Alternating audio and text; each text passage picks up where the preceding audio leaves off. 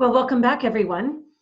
We are now in episode 3, part B of anticipating the new workplace normal post-COVID-19, this series. And in this segment, part 3, we're looking at working remote strategies and productivity from 3 different kinds of lenses. And for those of you who might not know me, my name is Gretchen, and I've been a change management consultant for nearly 3 decades, focusing on serving primarily Fortune 500 companies. And responding to this pandemic is probably one of the biggest change management initiatives we're all facing, quickly that we had to all go to remote working, and now we really need to think our strategies. What are our strategies about what will your workplace look like once restrictions start to lift a bit? So what I've been doing over the past several weeks is I have been doing deep dives into the data and the findings from some of the top workplace analytics research companies there are. And let me just share with you who I've been researching and digging into their data. It's Gallup, it's Gartner, it's primarily Gallup, Gartner, Owl Labs, and Global Workplace Analytics. Okay, so in the last video, segment 3, part A, we looked at what the data research is telling us about how people feel about their productivity and working remotely. And just a couple of things from the last video I want to highlight is that, guess what? People who work remotely part of the time or 100% of the time, they say they feel they are at least as productive, if not more, and focused than working in the office. So that's good news. We also learned that remote workers tend to work longer hours than their on-site counterparts, and they're okay with it. That's pretty great. So if you haven't actually seen part A, then jump over and watch that, and then maybe come back to this one, because each video does build on the other within a section. So in this episode, we're going to examine the impact of working from home on unscheduled absences and its impact on increasing meetings or decreasing meetings. Okay, so we're going to go through a few of the stats, and this is really interesting, particularly with unscheduled absences, and we'll talk a little bit later about what that costs companies each year and on a per employee basis. So some of the stats. Okay, this is according to Global Workplace Analytics. Here are some interesting facts that they found out. 78% of employees who call in sick, well, guess what? They're not. They're not really sick. Think what? But I don't know if you're all that surprised to hear that. A lot of time we have to use our sick days when we're not actually sick, but we have to go. Maybe a child is sick and we have to leave work and we have to go pick up the child and bring the child home, or something with a parent or another family member, or we have a doctor's appointment. So a lot of sick time is being claimed when employees aren't actually sick. Interesting to take note. The cost of unscheduled absences. Okay, you might want to take notes on this one. What the research shows us is unscheduled absences cost employers $1,800 per employee per year. $1,800 per employee per year.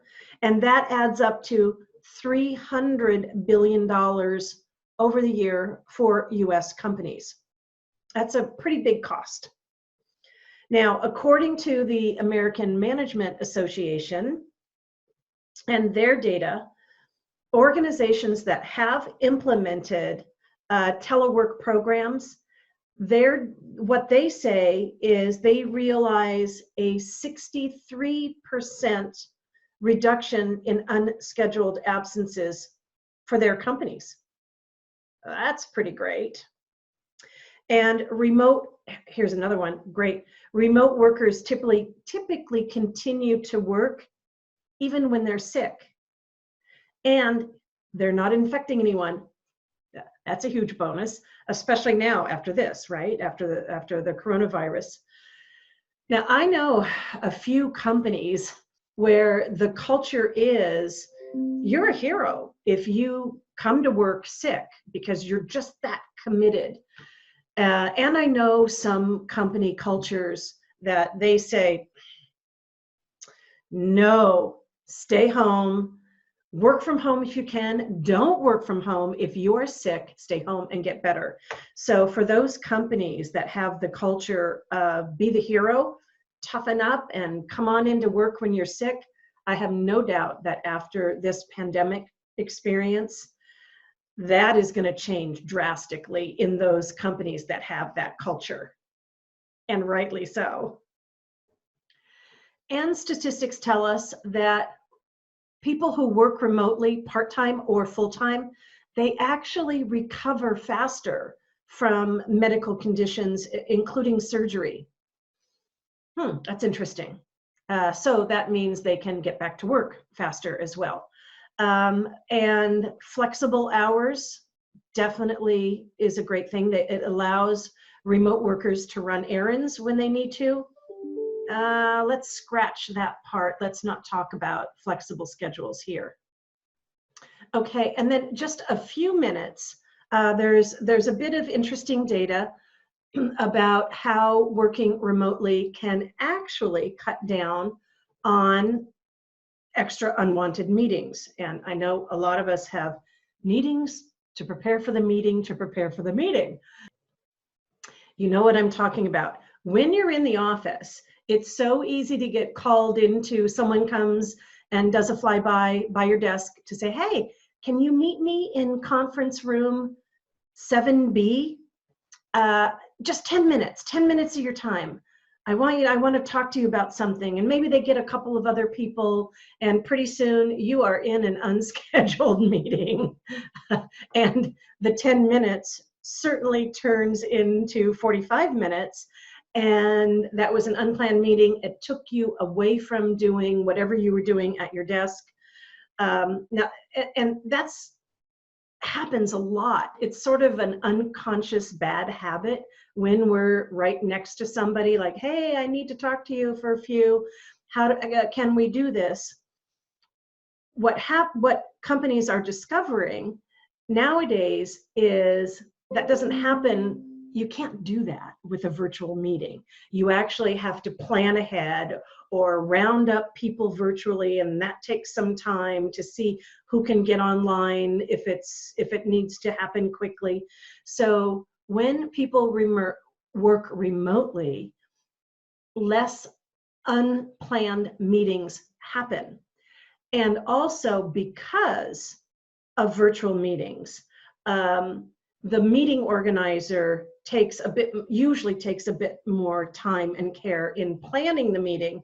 And since I have been working remotely with clients, with teams all over the world for the last 10 years, I always encourage meeting leaders to, when they invite for a meeting, put the agenda in the invite, attach any documents prior, when you send out the invite. Make sure people know what the meeting is about, and also then they can decide, do they really need to be there? Another thing that we deal with in company cultures is the FOMO runs rampant. FOMO, fear of missing out. So everybody gets invited to a meeting, and we really, really don't want to do that. And it just continues to decrease productivity and waste people's time. So if you put an agenda in the meeting invite, then people know if that meeting applies to them or not. And still people will come because they have FOMO. They should, they think they want to be there, so they should.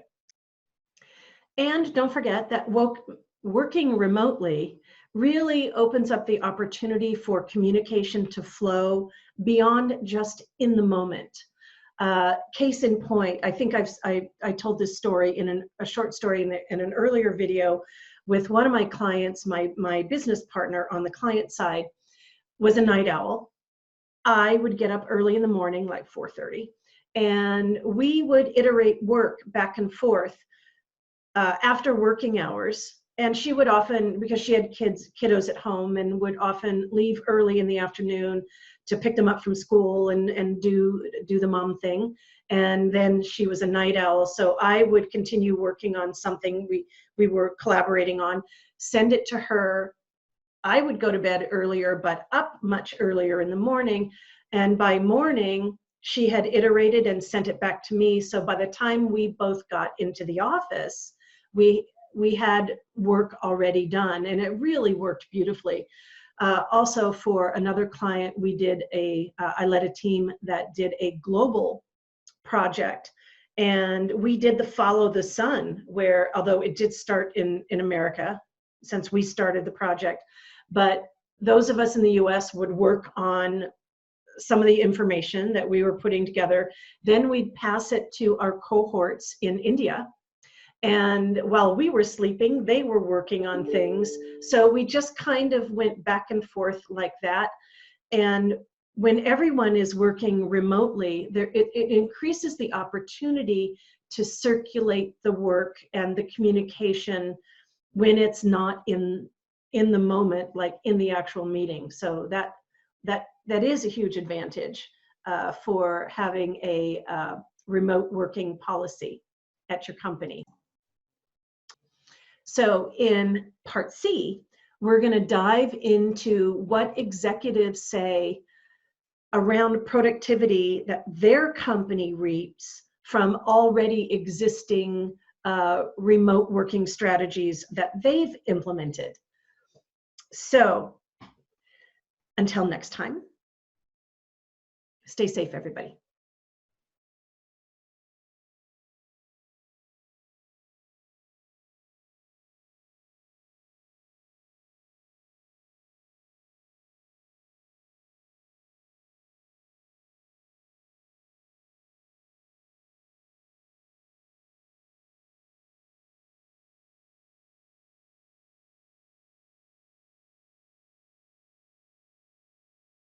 I am the Change Whisperer.